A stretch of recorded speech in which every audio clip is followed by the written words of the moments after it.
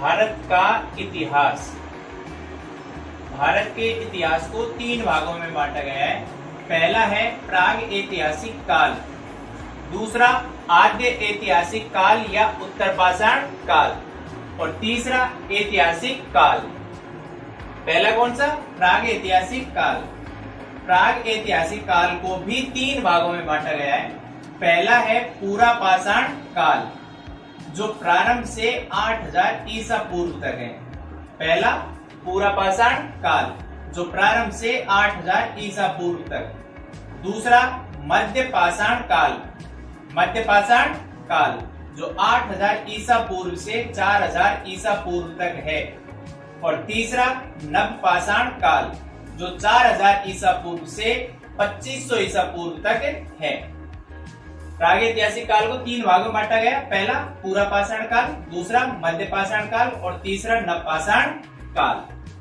दूसरा पढ़ते हम आद्य ऐतिहासिक काल या उत्तर पाषाण काल। इसको 2 भागों में बांटा गया है। पहला है सिंधु घाटी सभ्यता। सिंधु घाटी सभ्यता जिसका समय है 2500 ईसा पूर्व से 1500 ईसा पूर्व तक। सिंधु घाटी सभ्यता 2500 ईसा पूर्व से 1500 ईसा पूर्व तक। और दूसरा वैदिक सभ्यता, दूसरी है हमारी वैदिक सभ्यता, जो 1500 ईसा पूर्व से 600 ईसा पूर्व तक आती है। वैदिक सभ्यता को 2 भागों में बांटा गया है। ऋग्वैदिक काल, जो 1500 ईसा पूर्व से 1000 ईसा पूर्व तक है। वैदिक सभ्यता का पहला भाग ऋग्वैदिक काल, जो 1500 ईसा पूर्व से 1000 ईसा पूर्व तक है। और दूसरी है उत्तर वैदिक काल, जो 1000 ईसा पूर्व से 600 ईसा पूर्व तक है। उत्तर वैदिक काल 1000 ईसा पूर्व से 600 ईसा पूर्व तक। तीसरा ऐतिहासिक काल।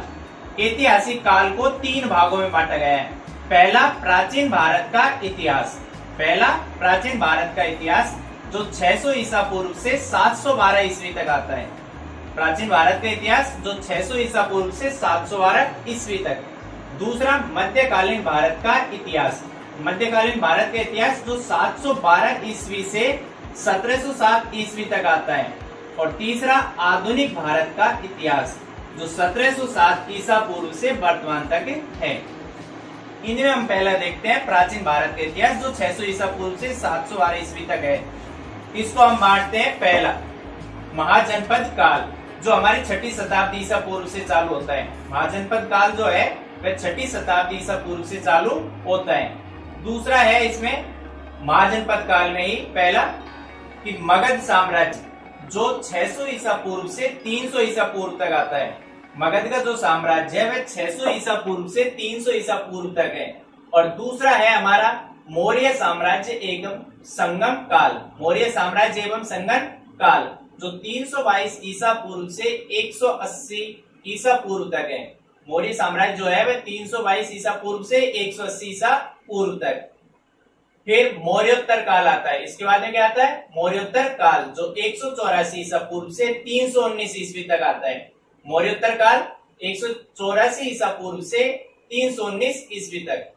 फिर हमारा गुप्त साम्राज्य 319 ईस्वी से 550 ईस्वी तक।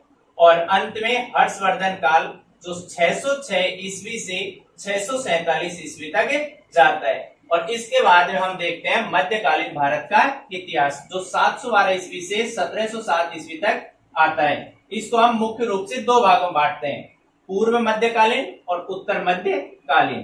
पूर्व मध्यकालीन का जो समय है वह 8वीं से 13वीं शताब्दी के मध्य है।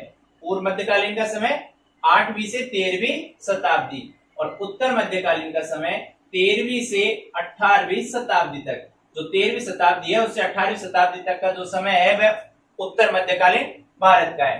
तो पूर्व मध्यकालीन भारत को हम पूरे भारत को 3 भागों में बांटते हैं, उत्तर का भारत, दक्कन और दक्षिणी भारत। उत्तर भारत में एक तरफ जो पाल, सेन, प्रतिहार और राजपूत राजवंश है। कौन कौन से?